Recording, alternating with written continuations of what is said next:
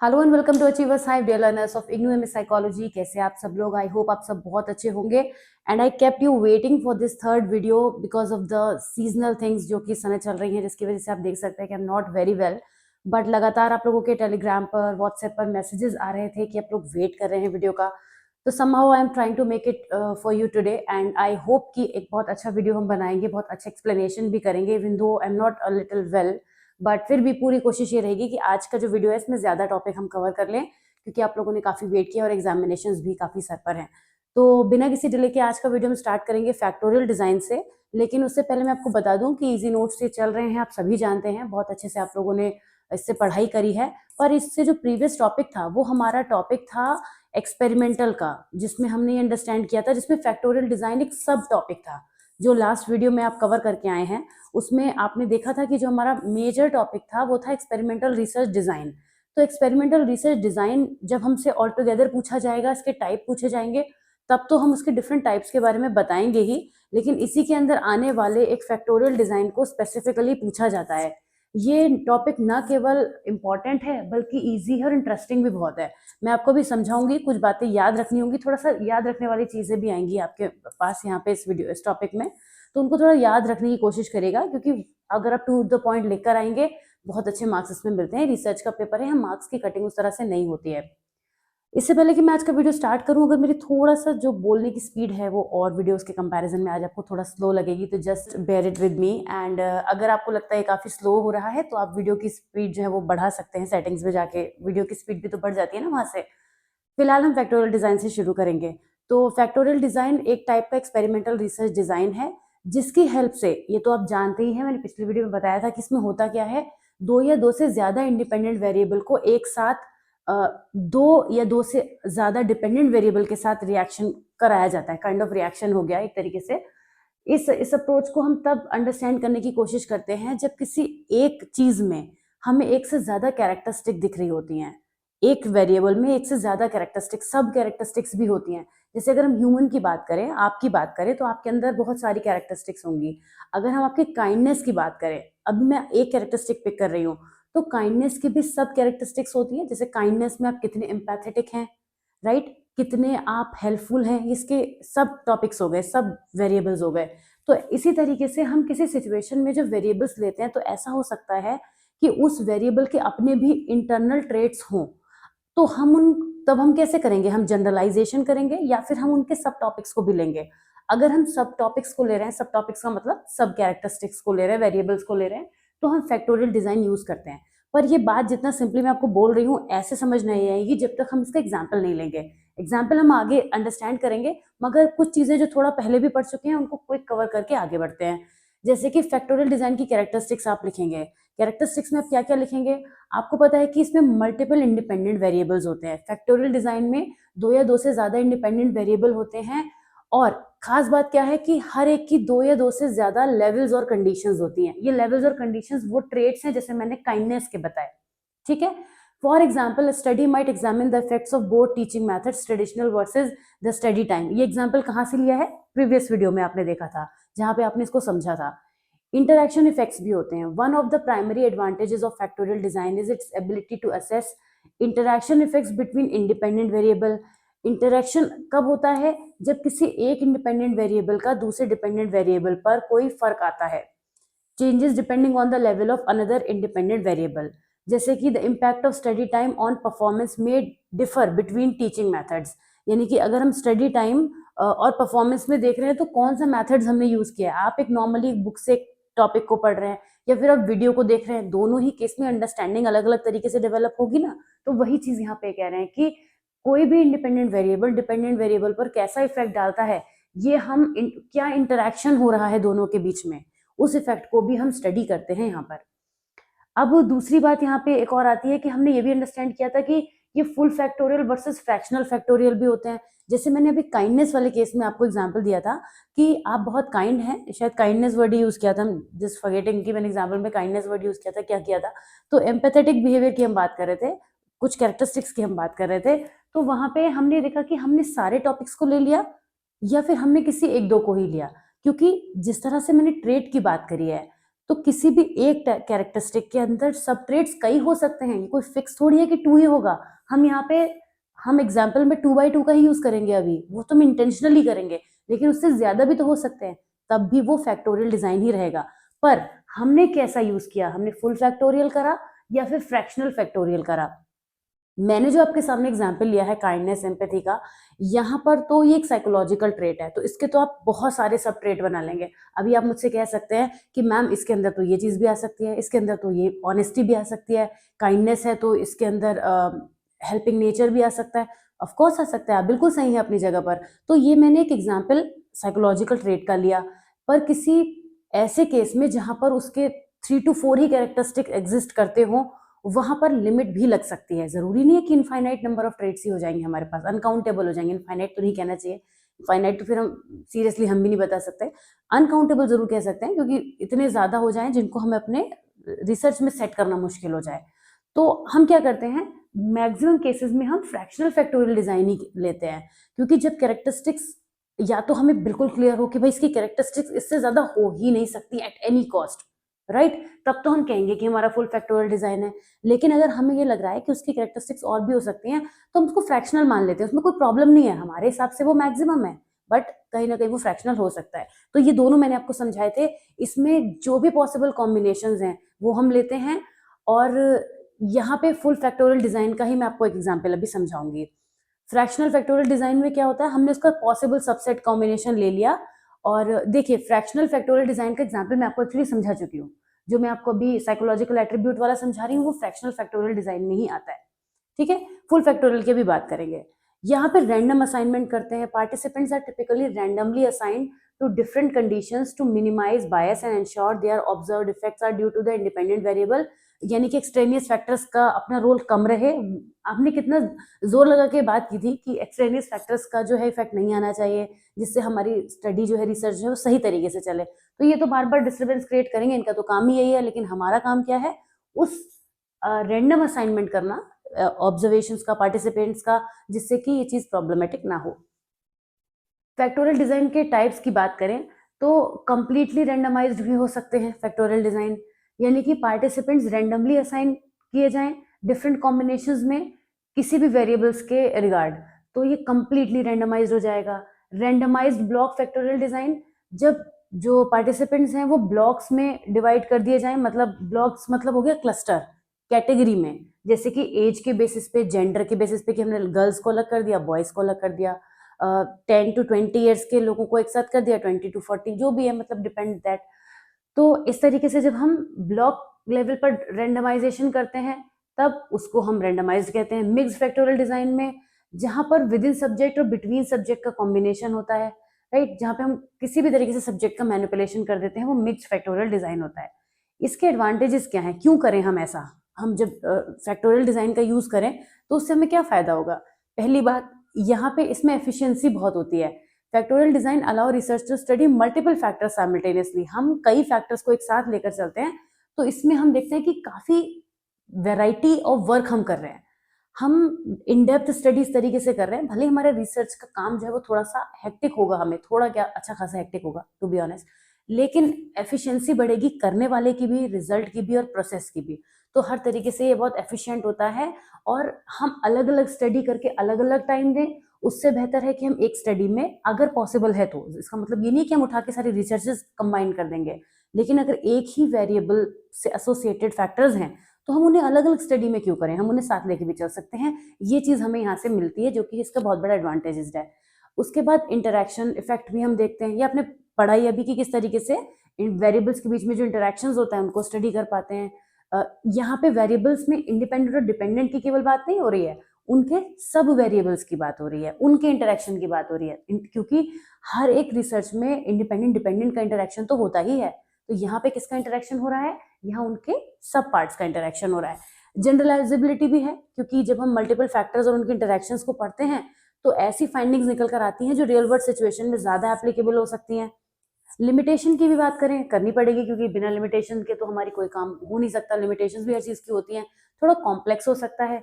मगर हमेशा कॉम्प्लेक्स होगा ये ज़रूरी नहीं है, बट हम इसको एज एन एडवांटेज डिसएडवांटेज इसलिए लिख रहे हैं क्योंकि प्रोसेस कॉम्प्लेक्स हो जाता है। अब जब किसी को ये लगने लगता है कि मैं फुल फैक्टोरियल डिज़ाइन पर वर्क करूँ और बहुत सारे सबसेट्स को ले लेता है वो, तो आप समझ सकते हैं कि आप अगर बेसिक मैथ्स जानते हैं, प्रोबेबिलिटी को अंडरस्टैंड करते हैं ना, तो आपको पता है कि प्रोबेबिलिटी के केसेस में क्या होता है, इतने सारे पॉसिबल आउटकम्स हम लेकर चलते हैं कि फिर हम उसमें कंफ्यूज हो सकते हैं, हमसे एरर्स भी हो सकती है कई तरीके की, थोड़ी कॉम्प्लेक्सिटी यहाँ पे हो जाती है।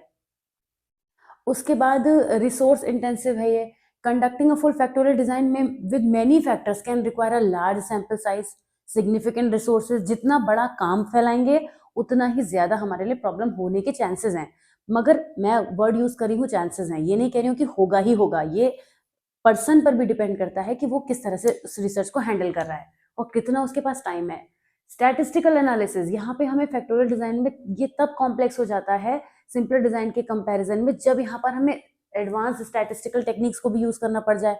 तो क्यों करना पड़ेगा? क्योंकि कई बार हमने जो फैक्टर्स को ले लिया है, जो वेरिएबल्स के सबसेट्स हमने ले लिए हैं, हो सकता है हमें कहीं पर कोरिलेशंस निकालने पड़ जाएं, कहीं पर हमें कुछ और वर्क करना पड़ जाए। तो हमारा जो वर्क है वो थोड़ा कॉम्प्लेक्सिटी का हो जाता है, जो हमने पहले बात की थी, और इस तरीके से उसमें स्टैटिस्टिकल एनालिसिस का यूज भी हमें करना पड़ सकता है। तो अब आते हैं एग्जाम्पल की तरफ। फैक्टोरियल डिजाइन का एक एग्जाम्पल आपको दिया, बहुत बहुत सिंपल एग्जाम्पल है। यहाँ पे हमने एक स्टडी इन्वेस्टिगेट करी है जिसमें हम ये जानने की कोशिश कर रहे हैं कि जो स्लीप डेप्रिवेशन है उसका क्या इफेक्ट होता है, और कैफीन कंजम्पशन का कॉग्निटिव परफॉर्मेंस पे, मतलब किसी भी पर्सन की जो कॉग्निटिव परफॉर्मेंस है, मेंटल एक्टिविटीज हैं, वो कितना एक्टिव रहता है, वो कितना स्लो रहता है, ये चीज हम अंडरस्टैंड करने की कोशिश करेंगे। तो यहाँ पे इंडिपेंडेंट वेरिएबल क्या होंगे? इंडिपेंडेंट वेरिएबल्स वो होंगे जिन पर हम इफेक्ट देखेंगे, जिन पर हम देखेंगे कि क्या किस तरह से चीजें बदली या कम की जा सकती हैं। तो पहला फैक्टर हो गया स्लीप डेप्रिवेशन और दूसरा हो गया कैफीन कंजम्पशन। लेकिन दोनों के ही दो दो सबसेट्स यहाँ पे लिए गए हैं, इसके दो लेवल ही पॉसिबल है। स्लीप डेप्रिवेशन में या तो पर्सन बहुत स्लीपी रहेगा या बहुत अवेक रहेगा, अलर्ट रहेगा। और क्या हो सकता है आप बताइए? आधे नशे में तो नहीं झूमेगा वो ना, हम उस केस को ले सकते हैं ना। थोड़ा फनी हो गई बात मेरी, लेकिन बात तो ठीक ही है कि हम दो ऐसे केसेस लेंगे जो दो में से एक ही कंडीशन हो रही होगी। आप या तो एक टाइम पे जाग ही रहे होते हैं या सो ही रहे होते हैं, उसके बीच में तो कुछ और नहीं होता है ना। तो वो स्लीप डेप्रिवेशन के दो लेवल हो गए। यहाँ पर देखिए लेवल डिफाइन है, फाइनाइट है, मतलब हम बता पा रहे हैं कि मैं आपसे श्योरली ये बात कह रही हूँ कि दो ही केसेस हो सकते हैं। तो हमने यहाँ पे दो केसेस ले लिए। कैफीन कंजम्पशन का क्या हो सकता है कि या तो कैफीन वो लेगा या वो कैफीन नहीं लेगा। इसीलिए मैंने आपको बोला था कि ये जो हमने एग्जाम्पल लिया है वो ऐसा लिया है जिसमें आप चीजों को ये समझ पाएंगे कि कितने बाई कितने का फैक्टोरियल डिजाइन बन रहा है, 2x2 का बन रहा है। तो यहाँ पे दो दो लेवल होने की वजह से ये 2x2 का फैक्टोरियल डिजाइन है। और इसकी कितनी एक्सपेरिमेंटल कंडीशंस बनेंगी आइए बना के देखें। 2x2 की हमेशा 4 ही कंडीशंस बनती हैं। कैसे बनेंगी? जब वो एक बार स्लीपी को इसके साथ, एक बार इसके साथ, अलर्ट को इसके साथ और इसके साथ, इसके अलावा तो कोई पॉसिबल कॉम्बिनेशन है नहीं, आपस में तो बनेगा नहीं इनका, जाहिर सी बात है। तो पहला केस बन गया स्लीपी विद कैफीन, दूसरा हो गया स्लीपी विदाउट कैफीन। मतलब पर्सन जब कैफीन का इंटेक कर रहा है तो स्लीप पे क्या इफेक्ट आ रहा है, जब कैफीन का इफेक्ट इंटेक नहीं कर रहा है तो स्लीप पे क्या इफेक्ट आ रहा है। फिर दूसरा केस हो गया, तीसरा केस हो गया सॉरी, वो एक्टिव मोड में है पर जब वो कैफीन ले रहा है तो उसका एक्टिवेटेड मोड कैसा है, और जब वो कैफीन नहीं ले रहा है तो उसका एक्टिवेटेड मोड यानी अलर्ट मोड में वो कैसा है। हमने अलर्ट वर्ड यूज कर लिया, दैट मीन्स कि वो अवेक है, राइट। तो ये हमारे पास 4 केसेस बन गए। तो यहाँ पे रिसर्चर जो है वो क्या मेजर करेंगे कि क्या कॉग्निटिव परफॉर्मेंस है हर कंडीशन में। ये हमने हर केस में ले लिया। इसीलिए हम ये कह रहे थे कि जब हमारे पास फैक्टोरियल डिजाइन में सबसेट्स क्लियर होंगे तब हम बहुत अच्छे से अपनी चीज को कर पाएंगे। अब हमें पता है कि शॉर्ट हमें 4 ही चीजों पे काम करना है, लेकिन ये जो फैक्टोरियल डिजाइन है ये डिफिकल्ट तब हो जाता है जब हम साइकोलॉजिकल एट्रीब्यूट्स लेते हैं। जैसे मैंने आपको शुरू में एग्जांपल दिया था, कोई पर्सन काइंड भी है, एम्पैथेटिक भी है, उसके बहुत सब्स्टिट्यूट्स बन सकते हैं। तो ऐसे में हम कहाँ तक जाएंगे? या तो हम ही खुद डिसाइड कर लेंगे, इसके अलावा हम कुछ करने वाले नहीं, और वो हमें करना पड़ेगा, वरना थोड़ी प्रॉब्लम हमें इसमें कॉम्प्लेक्सिटी देखने को मिलती है। बट जहां पर चीजें क्लियर हैं वहां पर फैक्टोरियल डिजाइन बहुत ही ज्यादा सॉर्टेड हो जाता है। ठीक है, तो factorial design is a powerful and versatile research method that enables researchers to explore the effect of multiple independent variable and their interaction on dependent variable। Independent variables की बात हो रही है, मतलब ये सभी इंडिपेंडेंट वेरिएबल्स की बात हो रही है, कॉम्बिनेशन बन गया इनका। ठीक है, इसमें कॉम्प्लेक्सिटीज होने के बाद भी factorial design offers a robust framework for uncovering insights that simpler design में नॉट रिवील। सिंपल डिजाइन में जो चीजें नहीं हो सकती हैं वो इसमें हो सकती हैं। आते हैं क्वासी एक्सपेरिमेंट रिसर्च की तरफ। ये भी एक्सपेरिमेंटल रिसर्च का एक टाइप है।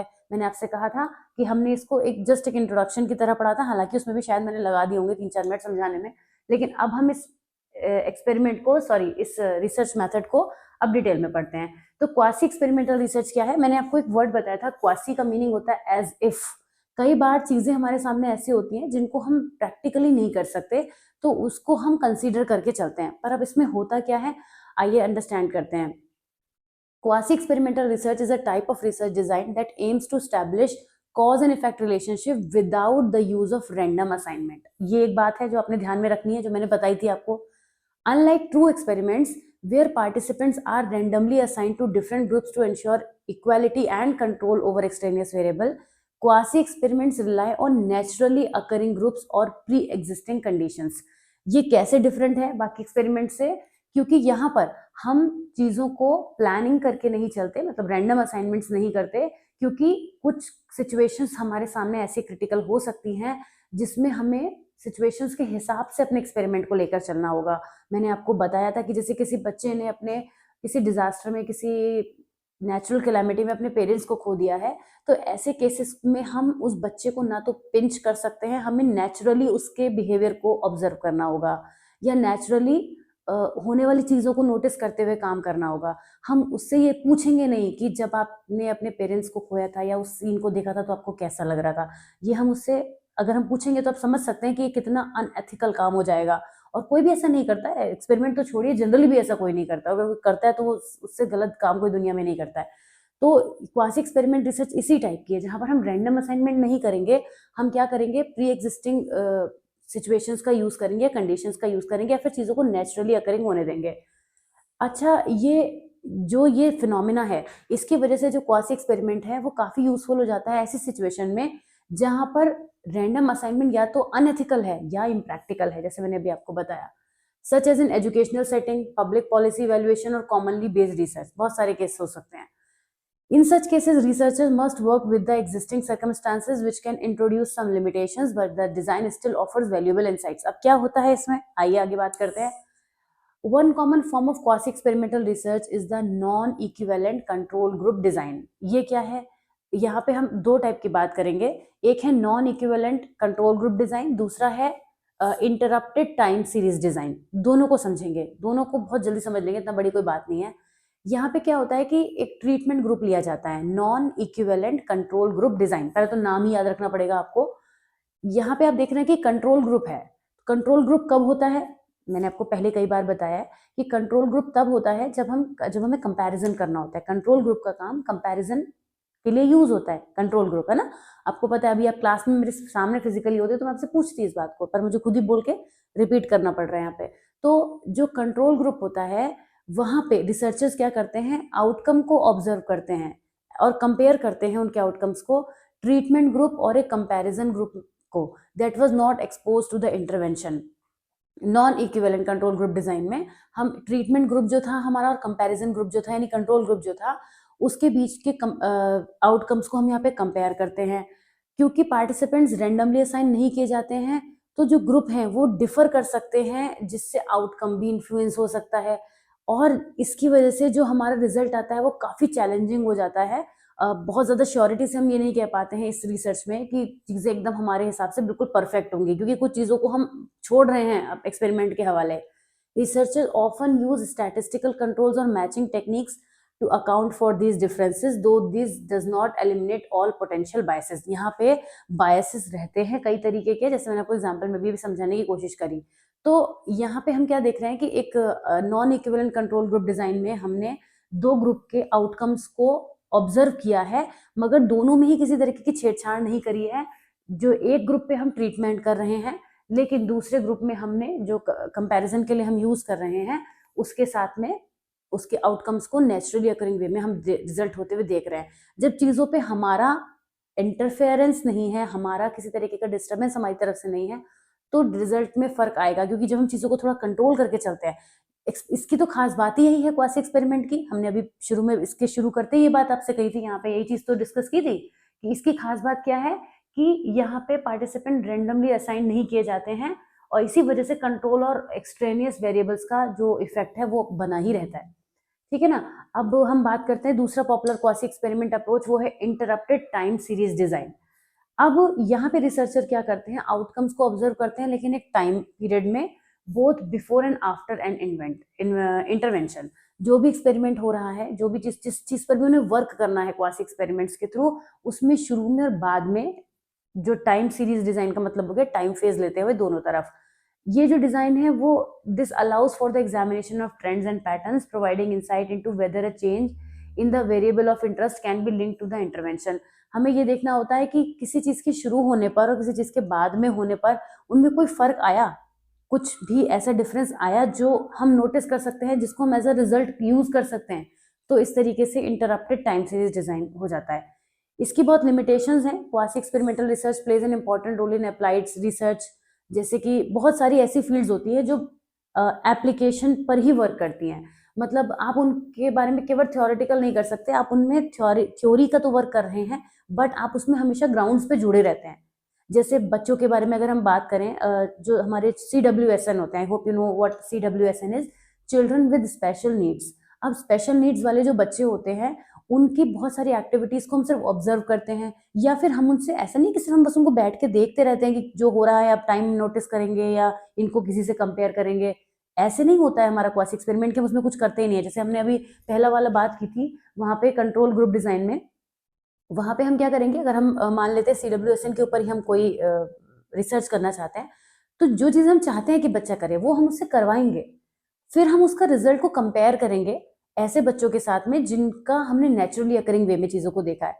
या ये भी हो सकता है कि हम वहां पर भी उस चीज को कराएं मगर हमने अपनी तरफ से कुछ एफर्ट्स नहीं लगाए। अब CWSN का बच्चा जब कुछ करेगा, चिल्ड्रन विद स्पेशल नीड वाला, तो उसमें क्या होगा, हमने कोई अलग से एफर्ट्स नहीं करे कि उसको जबरदस्ती हमने कि ऐसा कराया, या उसको एक फैसिलिटेटर प्रोवाइड करा दिया, या उसको एक नॉर्मल बच्चे के साथ में बिठा दिया जो उसकी हेल्प करे। तो हमने कुछ चेंजेस नहीं करे। यहाँ पे बहुत सारे एक्सट्रेनियस वेरिएबल हैं। बच्चे का अपना माइंडसेट, जो हो सकता है बच्चा मेंटली वीक हो, बच्चा फिजिकली वीक हो, कोई डिसेबिलिटी हो, उसमें कोई लर्निंग डिसऑर्डर हो, ये सब क्या है, ये सब एक्सट्रेनियस वेरिएबल है। इन्हें हम कंट्रोल नहीं कर रहे हैं, इन्हें अपना रोल प्ले करने दे रहे हैं।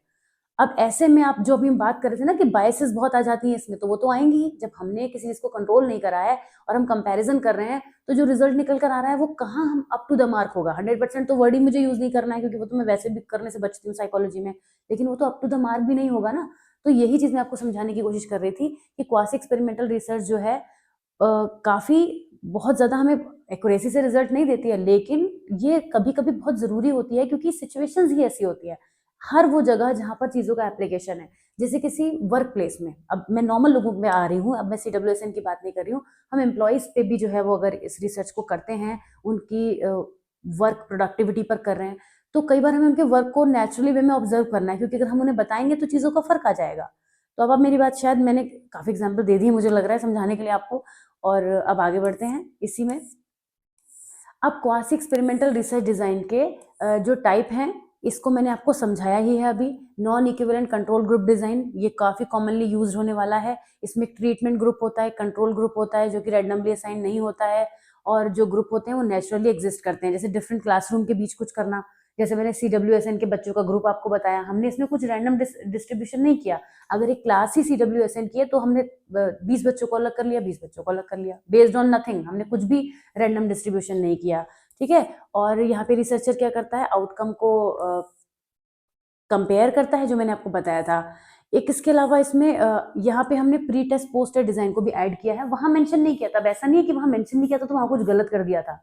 वहां पर अगर आप दोनों के बारे में भी नहीं बात करेंगे ना, और एक्सपेरिमेंटल डिजाइन के बारे में जनरल बातचीत भी लिख देंगे या उसकी कैरेक्टरिस्टिक लिख देंगे, तो भी वो आंसर कंप्लीट है। वैसे मैं आपको एक चीज और बता दूं, मुझे कुछ छूट ना जाए इस बात की, मुझे लगातार चिंता बनी रहती है। आप देख रहे हैं बस ये एक ही पेज का टॉपिक है, कई बार ये 3 मार्कर में पूछा गया है, और वैसे ये कंटेंट इतना है कि आप इसको 6 मार्कर में भी लिख सकते हैं।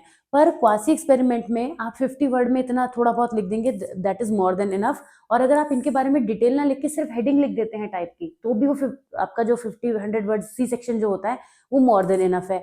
अब आप इन दोनों को मिलाकर 6 मार्कर बना सकते हैं, या फिर 10 मार्कर भी बना सकते हैं। कैसे? यही तो हमारे इस इजी नोट्स की खासियत है कि हमारे जो टॉपिक्स हैं वो जरूरी नहीं है कि एक कोई बड़ा टॉपिक होता है तो उसमें से 3 मार्कर भी निकल जाएगा, 6 मार्कर भी निकल जाएगा। कोई 2 छोटे-छोटे टॉपिक हैं, तो वो मिलकर भी 10 मार्कर बना रहे होते हैं, 6 मार्कर बना रहे होते हैं। यही मुझे आपको समझाना है कि आप इतना डिपेंडेंट ना होकर जाएँ कि मतलब ये पर्टिकुलर क्वेश्चन आएगा तो मैं ये पर्टिकुलर यहाँ वर्ड से शुरू करूँगा, when this happens, this and then full stop. ये हमें नहीं करना है, अपनी अंडरस्टैंडिंग का यूज़ करना है। You are studying psychology, you have to be smart and you are smart in fact. आप बहुत स्मार्ट हैं और आपको वही स्मार्टनेस अपने आंसर्स में लेके आनी है। काफ़ी मोटिवेशन देने आप लोगों को लगी हूँ।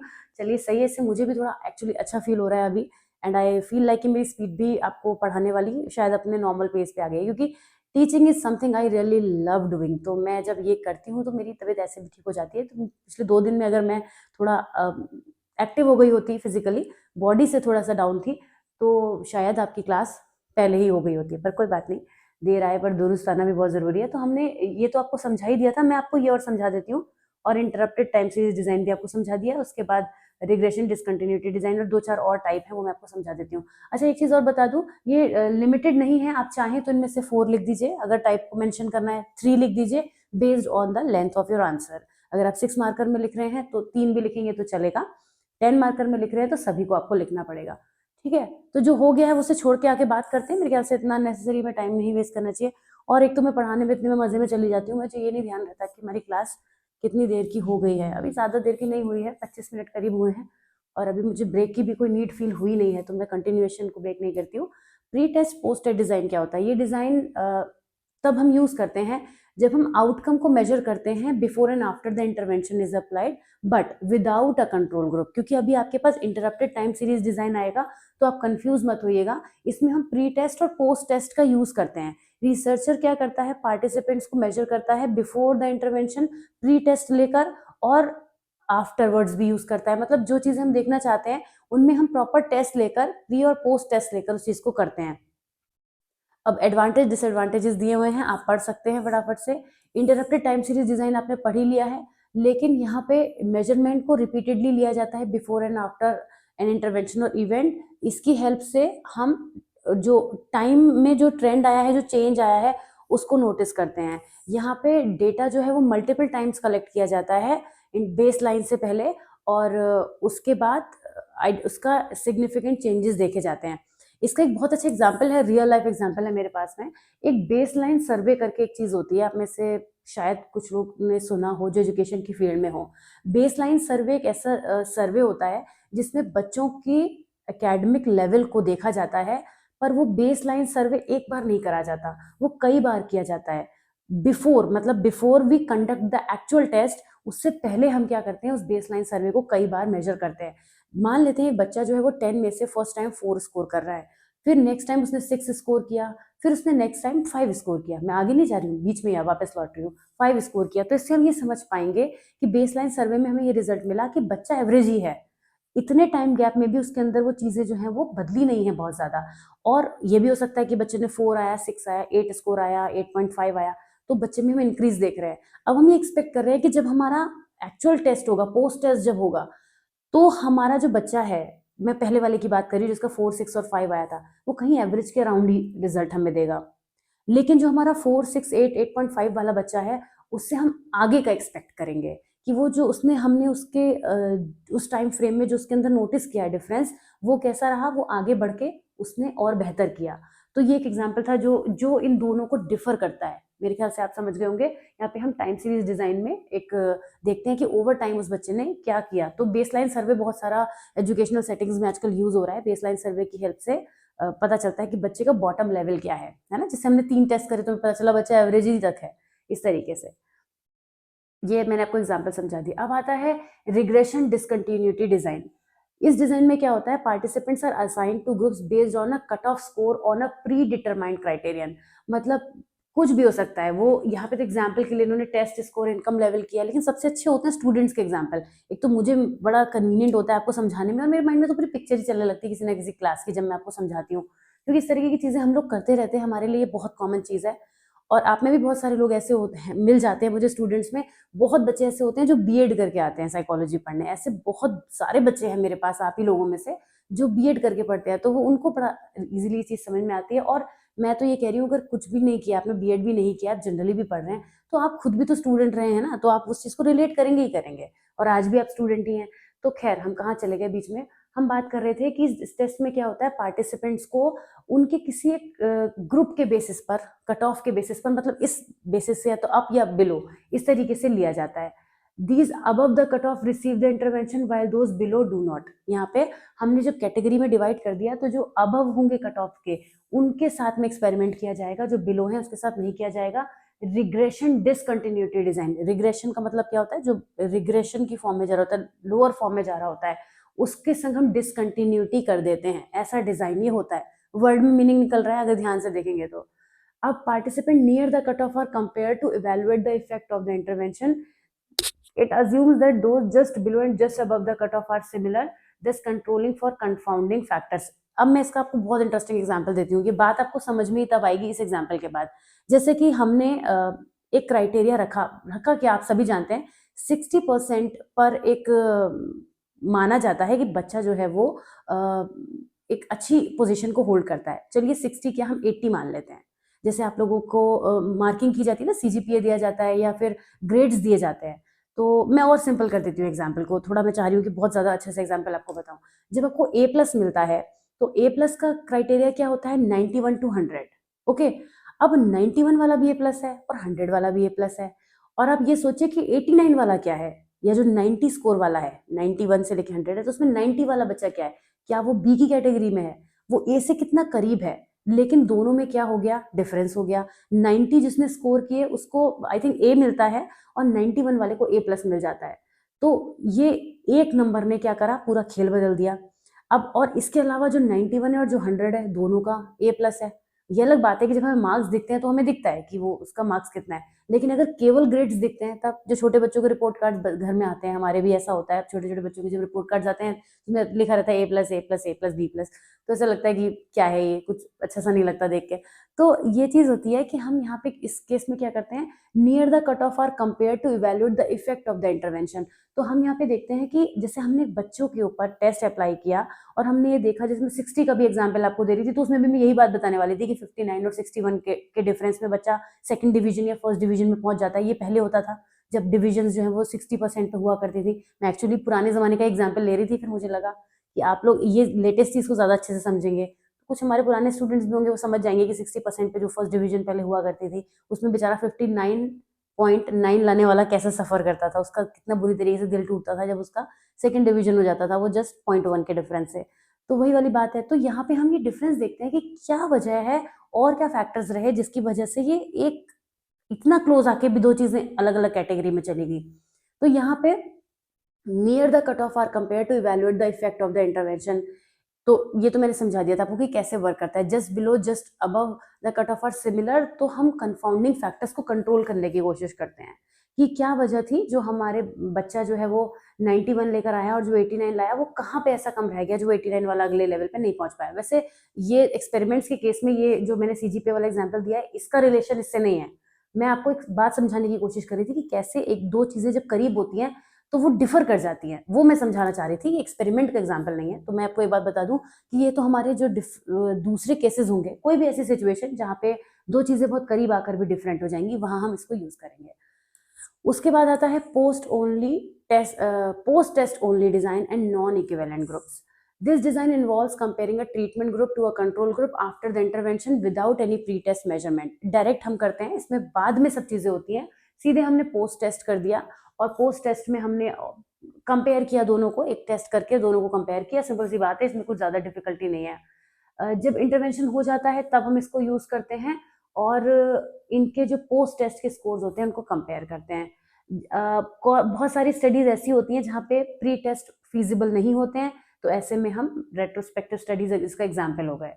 ठीक है, बिना प्री टेस्ट के काफी डिफिकल्ट होता है ये डिटरमाइन करना कि ग्रुप सिमिलर थे या नहीं थे। अच्छा, आप मेरे ख्याल से प्री टेस्ट पोस्ट टेस्ट का मतलब समझ रहे होंगे कि मान लीजिए आप किसी ट्रेनिंग के लिए जा रहे हैं, जैसे हमारी बहुत सारी एजुकेशनल सेटिंग्स में ट्रेनिंग होती है या किसी भी सेटिंग्स में ट्रेनिंग होती है। तो ट्रेनिंग जब हम किसी को दे रहे हैं तो उससे पहले हम ये जानने की कोशिश करते हैं कि वो पर्सन उस ट्रेनिंग के बारे में एक जनरल अवेयरनेस भी रखता है या नहीं, कभी नाम भी उसने सुना है या नहीं, या उसके बारे में उसे क्या क्या पता है, या हो सकता है उसे बहुत कुछ पता हो। उस हमारे जो ट्रेनिंग्स बैठे हैं उन्हीं में कोई ऐसा हो जो यहाँ पे आके ट्रेनिंग दे दे, इतना इतना अच्छे से स्किल्ड हो। तो ये जानने के लिए प्री असेसमेंट किया जाता है, क्योंकि प्री असेसमेंट से ये पता चलता है कि वो कितना आगे जा सकता है। जो पर्सन प्री असेसमेंट में 0 है, वो 0 से ज़रूरी नहीं, वो आ तो 10 पे भी सकता है, लेकिन जो प्री असेसमेंट में 7 है, वो 10 पर आ जाएगा, ये गारंटी रहती है ना? तो ये प्री और पोस्ट असेसमेंट या प्री एंड पोस्ट टेस्ट का मतलब ये होता है कि किसी भी एक्सपेरिमेंट में हमें प्री कंडीशंस का पता चल जाए कि जो टेस्ट हम करने जा रहे हैं, उसके हालात क्या हैं, उसमें जो वेरिएबल्स हैं, उनकी क्या कंडीशंस हैं। वो प्री टेस्ट उन लोगों पर अप्लाई किया जाता है, ग्रुप्स पे अप्लाई किया जाता है बेसिकली। फिर आता है हमारा मैच्ड ग्रुप डिजाइन। इस डिजाइन में क्या होता है, participants in the treatment and control groups are matched on key characteristics, match करके लिए जाते हैं। इससे कंफाउंडिंग वेरिएबल का काफी इफेक्ट कम हो जाता है। अब आप कहेंगे शुरू में तो आप मैम ने आपने कहा था कि सब कुछ रैंडम असाइनमेंट नहीं होता है। यहाँ रैंडम नहीं है, रैंडम नहीं है। यहाँ पे हम क्या कर रहे हैं, हम डिसाइड ही कर रहे हैं कि हम ऐसा ऐसा लेंगे, तो उसकी वजह से इसका कंफाउंडिंग वेरिएबल का इफेक्ट कम हो जाता है।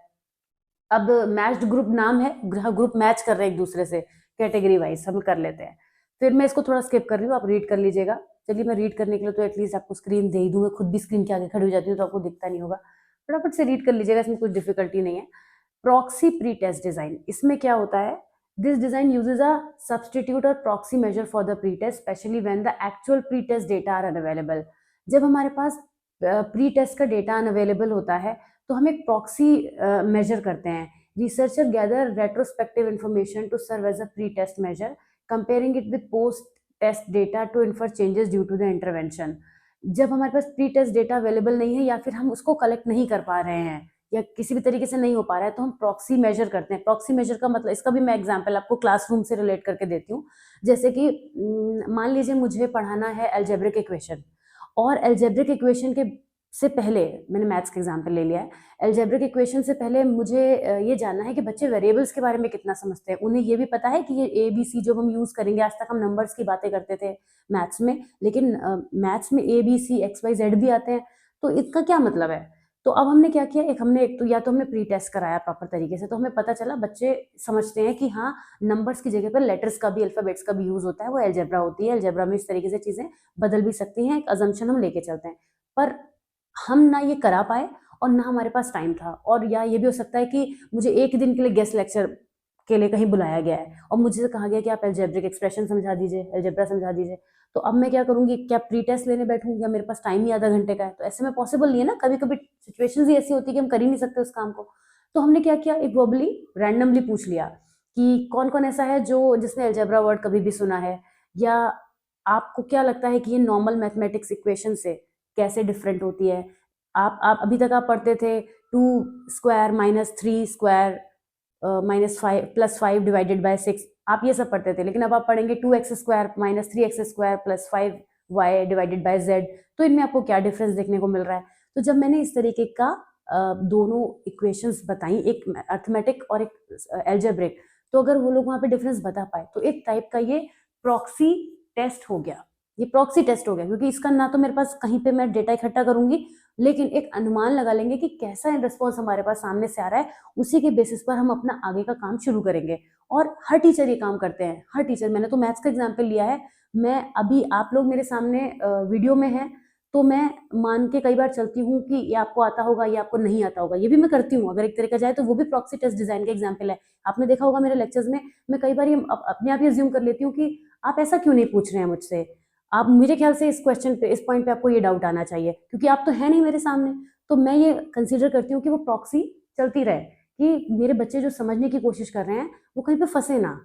ये तो मुझे इसलिए करना पड़ता है क्योंकि आप है नहीं मेरे सामने, लेकिन अगर आप होते तो मैं आपसे भी बहुत कुछ पूछती और बहुत कुछ निकलवाती हिंट देके। तो ऐसा जब भी हम करते हैं, और सभी टीचर्स ऐसा करते हैं वैसे तो प्रॉक्सी प्री टेस्ट डिजाइन होता है। मैंने टीचिंग के सेटअप में इसलिए बताया क्योंकि आपके टीचर्स ने भी ऐसा आपसे बहुत किया होगा, जब भी कोई न्यू चैप्टर पढ़ाया होगा किसी भी सब्जेक्ट में, तो वो आपसे प्री नॉलेज गेन करने की कोशिश करते हैं। तो फिलहाल क्वासी एक्सपेरिमेंटल डिजाइन बहुत वर्सेटाइल है, प्रैक्टिकल है, और बार बार मैं एक चीज रिपीट कर रही हूँ कि हम नोटिस कर रहे हैं कि क्वासी एक्सपेरिमेंटल डिजाइन एप्लीकेशन वाली फील्ड्स में हम यूज कर रहे हैं। आपने तमाम ऐसे एग्जाम्पल्स मेरे मुंह से सुने, और मैक्सिमम तो क्लासरूम के ही सुने, जहाँ पे चीजों को प्रैक्टिकली किया जाता है ना। हम टीचिंग का जो मेथड फॉलो करते हैं, बच्चों को जो पढ़ाते हैं, तो वो एक प्रैक्टिकल है। हम डिलीवर थ्योरी कर रहे हैं, मगर बच्चों के साथ में चीजें एक्सपेरिमेंटल वे में चल रही होती हैं। तो ये क्वासी एक्सपेरिमेंटल डिजाइन हो गए, और बहुत डिफिकल्ट से डिफिकल्ट सिचुएशन में भी हम एक्सपेरिमेंटल डिजाइन को कर लेते हैं। आते हैं नेक्स्ट टॉपिक की तरफ, विच इज फील्ड रिसर्च। लेकिन उससे पहले एक छोटा-सा ब्रेक अब तो ज़रूरत है मुझे। माना आप लोगों ने बहुत मेरी एनर्जी का लेवल हाई कर दिया है, ये सब टॉपिक के साथ मुझे कनेक्ट करके वापस से, लेकिन फिर भी मैं ब्रेक ले लेती हूँ, इससे पहले मैं कोलैप्स ना हो जाऊँ कहीं। हालाँकि मज़ाक कर रही हूँ, ऐसा कुछ नहीं होगा। लेकिन क्लास 40 मिनट्स की हो गई है, तो अब थोड़ा सोचना पड़ेगा मुझे कि क्या किया जाए? फील्ड रिसर्च को लिया जाए या नहीं लिया जाए? वैसे तो ये टॉपिक 1 पेज का ही है, कर लेती हूँ कवर, मुश्किल से 3 मिनट मैक्सिमम सोच के प्लान करके ले रही हूँ, तब भी वीडियो 43 मिनट्स का हो जाएगा। बिना ज़्यादा टाइम वेस्ट किए फील्ड रिसर्च की बात करते हैं। फील्ड रिसर्च क्या होती है? एक क्वालिटेटिव वर्ड पे फोकस करेंगे, क्योंकि जब हम फील्ड में जाते हैं तो चीज़ों को अरे यार क्वालिटेटिव वे में हम चीज़ों को करते हैं, और काफ़ी हद तक ये ऑब्जर्वेशनल मेथड होता है, जिसमें हम लोगों को, उनके कल्चर को, नेचुरल फिनोमिना और रियल वर्ल्ड एनवायरनमेंट में होते हुए देखते हैं, और उस तरीके से हम चीज़ों को अंडरस्टैंड करते हैं। Unlike laboratory based or highly controlled experiments, field research takes place in natural setting, allowing researchers to gain insight into behavior, interaction, किन किन चीज़ों पर हम यहाँ पे फोकस करते हैं, और जब वो ऑर्गेनिकली हो रहे होते हैं, नेचुरल वे में हो रहे होते हैं। ये anthropology, sociology, education, environment science यहाँ पे काफ़ी ज़्यादा यूज़ होता है, जहाँ पे हमें सोशल स्ट्रक्चर की अंडरस्टैंडिंग को समझना होता है, कल्चरल प्रैक्टिसेस कैसे हो रही हैं, इकोलॉजिकल सिस्टम कैसे चल रहा है, बहुत सारी चीज़ें एनवायरमेंटल साइंस में होता है ना। अब अगर आप किसी सीड के जर्मिनेशन को समझना चाहते हैं, तो सीड से तो बातें करेंगे नहीं ना, प्लांट कुछ बताएगा उसके बारे में आपको, आप उस मेथड को होते हुए ऑब्जर्व करेंगे, देखेंगे, नोटिस करेंगे, रिकॉर्ड करेंगे। तो ये फील्ड रिसर्च का एक एग्जाम्पल हो जाता है। फील्ड रिसर्च काफ़ी इमर्सिव होती है, जब जहाँ पे लोगों को, यानी रिसर्चर को काफ़ी सारा टाइम देना पड़ता है, जिस एनवायरनमेंट में भी वो स्टडी कर रहे हैं, और इसमें ज़्यादातर पार्टिसिपेंट्स के ऑब्जर्वेशन को हम यूज़ करते हैं। हम इंटरव्यू, सर्वे और एथनोग्राफी को भी यूज़ करते हैं। ऐसा नहीं है कि हम केवल बस बैठ के चीज़ों को निहारते रहते हैं, ऐसा नहीं है। यहाँ पे हम क्या करते हैं, बहुत सारा हमें इंटरव्यू लेना पड़ सकता है based on the data collection. Data का कलेक्शन हमें जिस तरह से भी करना पड़ेगा, तो रियल लाइफ पर बेस्ड ये होता है। इसका एडवांटेज ये है फील्ड रिसर्च का, कि हमें काफ़ी रिच डिटेल्ड अंडरस्टैंडिंग प्रोवाइड कराता है, और ये क्योंकि ये एक ऐसा फिनोमेना है जहाँ पे नेचुरल स्टेट्स रहती हैं चीज़ों की, तो रिसर्चर पैटर्न, रिलेशनशिप, मीनिंग जो कि इजीली एक्सेसिबल नहीं होते हैं फॉर्मल मेथड्स के थ्रू, जहाँ हम बहुत सर्टेन क्राइटेरियाज में लिमिटेड हो जाते हैं, उससे ये हमें बहुत ज़्यादा हेल्प करता है। जैसे कि sociologist studying community behaviour in rural village में ऑब्जर्व डेली इंटरेक्शन रिचुअल्स। अच्छा, ये टाइम कंज्यूमिंग होता है, पर ये केस स्टडी नहीं है, आप ये समझिएगा। ये लग रहा होगा आपको कि फील्ड एक्सपेरिमेंट जो है केस स्टडी ही चल रही है, क्योंकि केस स्टडी ये नहीं है, क्योंकि फील्ड रिसर्च में हम हमेशा फील्ड में रहते हैं। फील्ड का मतलब एक ओपन एनवायरनमेंट में रहते हैं। केस स्टडी में हमारी चीज़ें बहुत तरीके से वेरी कर सकती हैं। फील्ड रिसर्च जो है वो एक काफ़ी वैल्यूएबल टूल है, जिसमें हम डीप कॉन्टेक्स्ट, रिच इंसाइट्स ले सकते हैं। फील्ड रिसर्च केस स्टडी के अंदर आने वाली एक चीज़ हो सकती है, ऐसे समझ लीजिए आप, तो आपको अच्छा समझ में आ जाएगा।